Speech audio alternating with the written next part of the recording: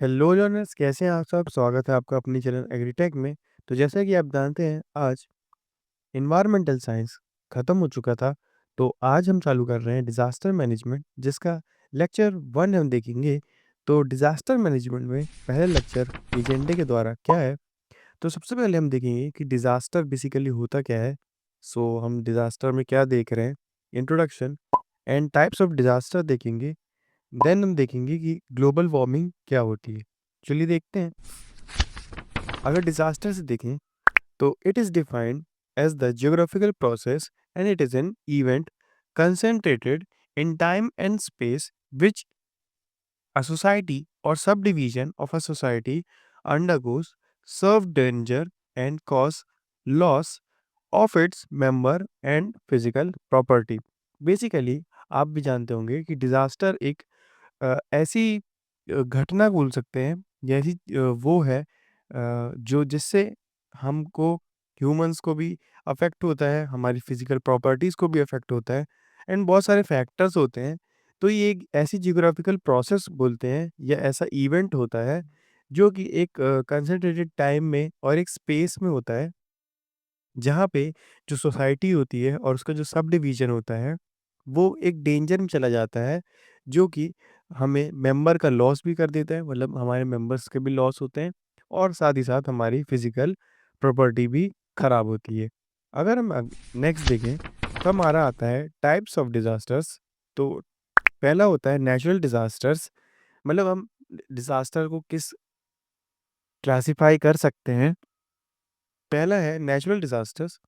तो natural disasters वो होते हैं जो कि नेचुरली फिनोमेना में होते हैं, मतलब कि वो ह्यूमंस के द्वारा नहीं होते, वो नेचर के द्वारा होते हैं।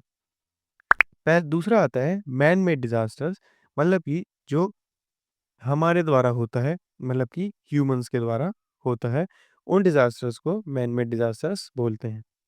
अगर हम देखें तो जो हज़ार्ड होता है, वो एक नेचुरल इवेंट से बनता है और वो लाइफ और प्रॉपर्टी दोनों को थ्रेटन करता है, मतलब डरा देता है। अगर हम देखें तो global warming, so basically global warming क्या होती है।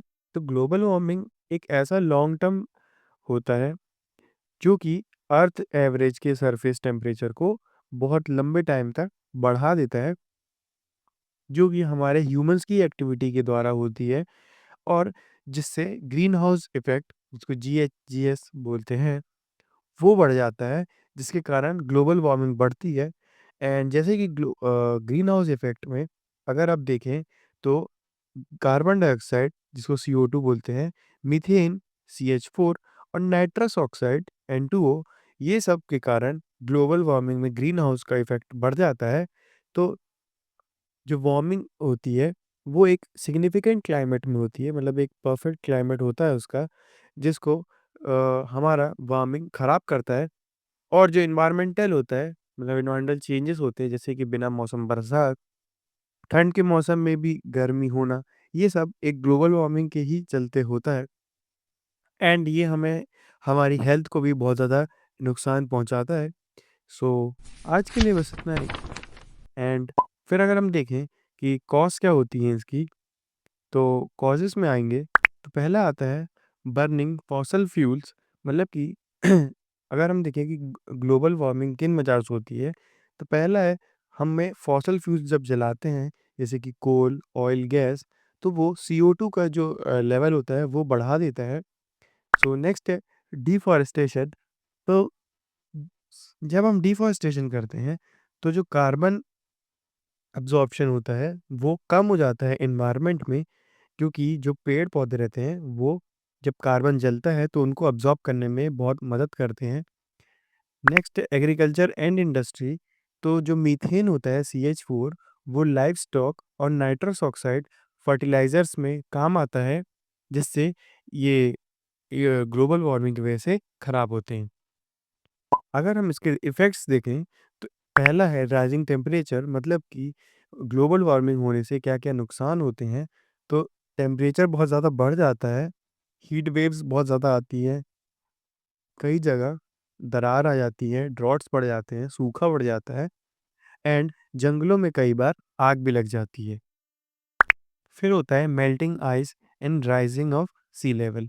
मतलब कि आपको पता होगा कि seas way and most of the dams में पानी कहाँ से आता है, तो वो जब बर्फ पिघलती है तभी पानी आता है।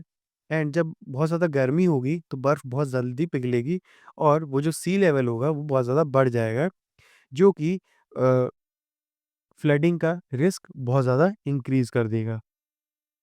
एंड एक्सट्रीम वेदर मतलब कि जो तूफान होते हैं और अचानक से बिन मौसम बरसात, जैसे कि मैंने पहले बताया, वो सब आने की अलग अलग वैरायटी हो जाती हैं।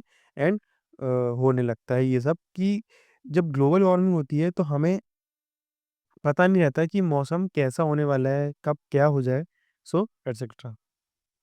बायोडाइवर्सिटी लॉस मतलब कि जो हैबिटेट डिस्ट्रक्शन होता है बहुत ज़्यादा हो जाता है, क्योंकि ग्लोबल वार्मिंग की वजह से जो नेचर या जो टेम्परेचर चाहिए उनको हैबिटेट करने के लिए वो नहीं हो पाता है, और जो स्पीशीज़ होती हैं उनका भी एक्सटिंक्शन होने लगता है, मतलब कि वो भी विलुप्त होने लगती हैं।